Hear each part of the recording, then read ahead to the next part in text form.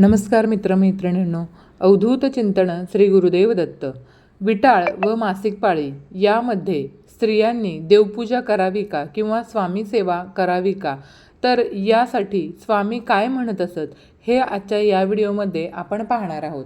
मैत्रिणींनो, आपण बऱ्याच वेळा आपल्याला प्रश्न असा पडत असतो की आपण स्वामी सेवेकरी आहोत, आपण स्वामी सेवा करावी, नित्यनियमाने स्वामी सेवा करत असतो, पण मासिक पाळी सुतक असं आलं तर त्यावेळी आपण काय करावं हे आपल्याला कधी कधी लक्षात येत नाही.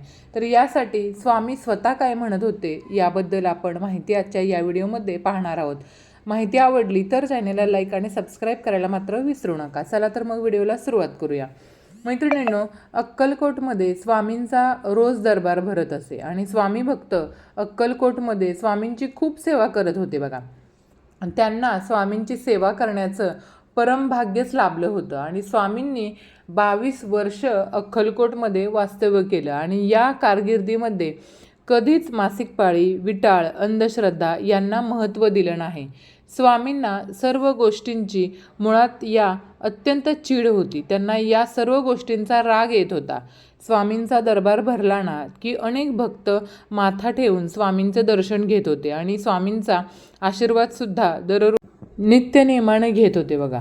परंतु जर काही वेळा अडचण असलेली बाई गर्दीतून दूर बसली जाऊन आणि आपलं दर्शन घेत नाही असं स्वामींना दिसलं तर स्वामी स्वतः उठून त्या बाईकडे जात असत आणि तिला आपल्या हातानं प्रसाद भरवत होते बघा. विटाळ या शब्दाचा त्यांना इतका राग होता. बाई ही आई आहे म्हणून तुम्ही सगळे हरामखोर आहात आणि आई कधी विटाळाशी होत नाही. जर ही जन्म देणारी आहे, विटाळाशी आहे, तर ही पूर्ण दुनियाच विटाळातून जन्मली आहे असं ते म्हणत नेहमी. अरे तुम्ही सगळे या आईची लेकरं आहात आणि तिनं जन्म दिला, तिलाच तुम्ही घरातून बाहेर बसवताय असं शब्द स्वामी आपल्या भक्तांना नेहमी बोलत असत. स्वामींना या सर्व गोष्टींचा प्रचंड राग येत होता बघा. या संदर्भातील एक गोष्ट आज आपण या ठिकाणी ऐकणार आहोत. तर स्वामी भक्त चोळप्पा महाराज या सर्वांना माहिती आहेत.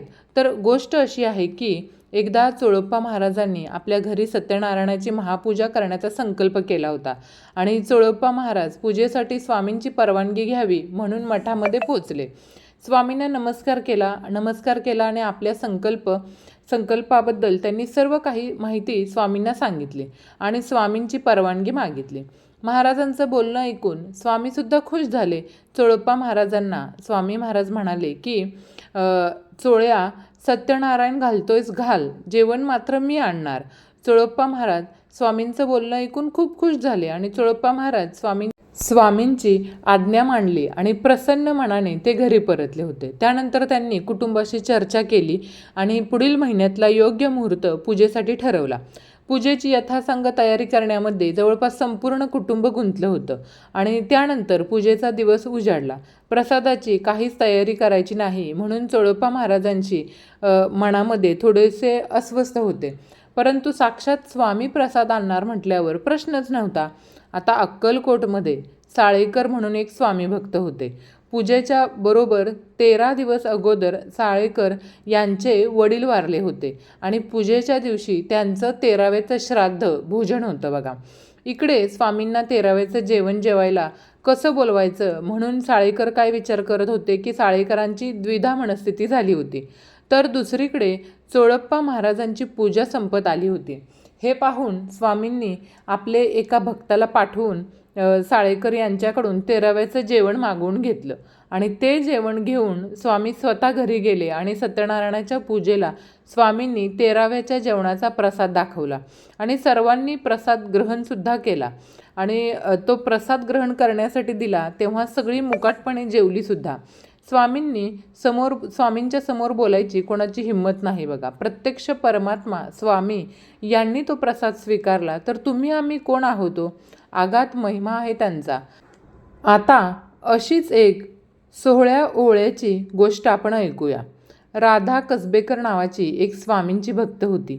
एके दिवशी तिच्या मनामध्ये गुरुचरित्र सप्ताह मांडण्याची तीव्र इच्छा उत्पन्न झाली आणि उद्यापासून सुरुवात करावी असं तिने विचार करत होती. परंतु तिच्यासमोर 2 अडचणी होत्या. एक म्हणजे दुसऱ्या दिवशी अमावस्या होती आणि दुसरी म्हणजे तिची मासिक पाळीसुद्धा त्याच आठवड्यात होती.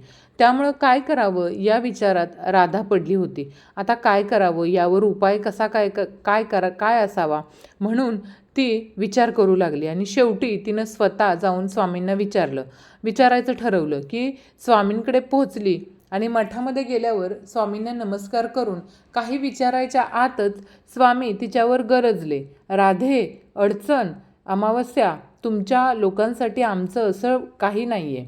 आमच्याकडे बघ, सगळे कसे स्वच्छ आणि लखलखीत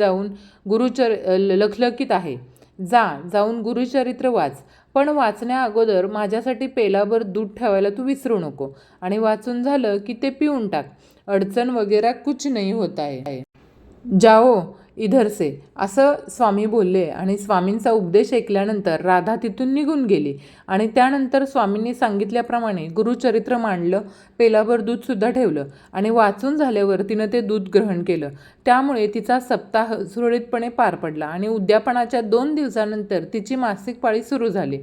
श्री स्वामी समर्थ मित्रांनो, स्वामींना सुद्धा विटाळ, सोहळे, ओवळे या गोष्टींचा प्रचंड राग होता. स्वामी अनेक लीला दाखवून भक्तांच्या मनातला अंधविश्वास, अंधश्रद्धा धुडकावून लावत होते. स्वामींनी आपल्या भक्तांना मार्गदर्शन करताना अशा प्रकारच्या अंधश्रद्धेवर प्रहार केले होते. या कलियुगामध्ये चमत्काराशिवाय नमस्कार नाही, हे तत्त्व ते पूर्णपणे जाणून होते.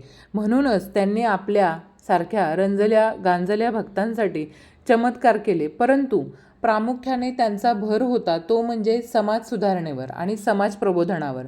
बकऱ्यांचा, कोंबड्यांचा बळी देऊन देवाला प्रसन्न करणं त्यांना अजिबात मान्य नव्हतं. कोणी खेळण्यासाठी किंवा मनोरंजनासाठी देखील पत्ते जरी हातात घेतले तरी ते त्यांना सहन होत नसे. दगडाला शेंदूर फासून गोरगरिबांना फसवणाऱ्यांना तर त्यांची नेहमीच धिक्कार त्यांनी केला. एकदा तर अशा प्रकारे शेंदूर फासून ते देव बनवलेल्या दगडावरच त्यांनी लघुशंका केली. असं आपलं स्वामी कायमच अंधश्रद्धेवर प्रहार करत राहिले. म्हणून मैत्रिणींनो, श्रद्धा आणि विश्वास अशी भक्तीची 2 रूपे आहेत. श्रद्धा आणि विश्वास हे 2 रंग मिसळलेले आहेत बघा. अंधश्रद्धा यांच्यातील सीमारेषा अतिशय पुसट आहे. म्हणून आपली श्रद्धा केव्हा आणि कशी अंधश्रद्धेमध्ये बदलते हे लक्षात सुद्धा येत नाही. म्हणूनच म्हणतात ना, श्रद्धा असावी पण अंधश्रद्धा असू नये.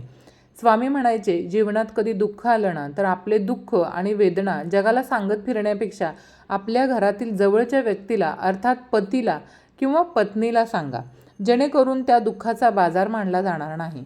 पती आणि पत्नी हे सुखदुःखात एकमेकांना नेहमी आधार देतात आणि तेच एकमेकांचे साथीदार जन्मभर असतात. कारण ही दुनिया तर देवाला सुद्धा नावं ठेवायला कमी करत नाही. आपण तर माणूस आहोत. संसार म्हटलं की आपल्याला हवं असं सर्व काही चालत नाही. कधी पतीने पत्नीसाठी तर पत्नीने पतीसाठी त्याग करणं खूप गरजेचं असतं. यामधून आपल्याला केवळ आत्मानंद अथवा आनंदच प्राप्त होतो.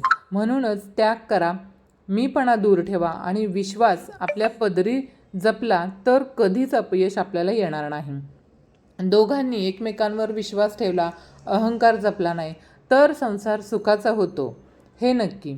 लोक म्हणतात, कुठल्या दुनियेत राहतोस तू, आज सायन्स किती पुढं गेलं आहे. पण स्वामी म्हणतात, अरे विज्ञानावर विश्वास चांगला आहे पण त्याच्या कसोटीवर जे सिद्ध होत नाही ते खोटं आहे असं म्हणणं चुकीचं आहे.